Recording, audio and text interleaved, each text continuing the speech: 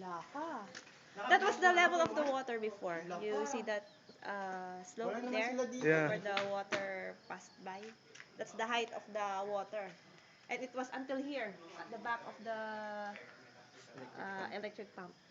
Dude, that is so sick. That's a lot of damage. And you can never you cannot see the calamansi. They were all know. underwater. They're all underwater now. Yeah. Before. Oh my gosh. This looks like an ocean before during the typhoon.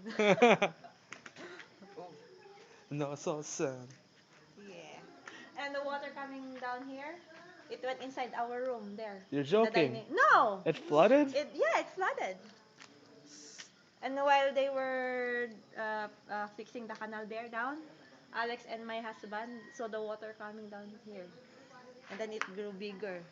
The river grew bigger. Wow. Grand Canyon to yun. Grand Canyon. Yun yung level ng tubig na ng Kalaw. Makikita mo yung dinanan ng tubig ganun kataas. Wala kang makikitang trace dyan. Lubog lahat yan sa tubig. Ang kapal kaya ng sand na yan. Tignan mo naman na-endorph yung mga kalamansi. Hindi na.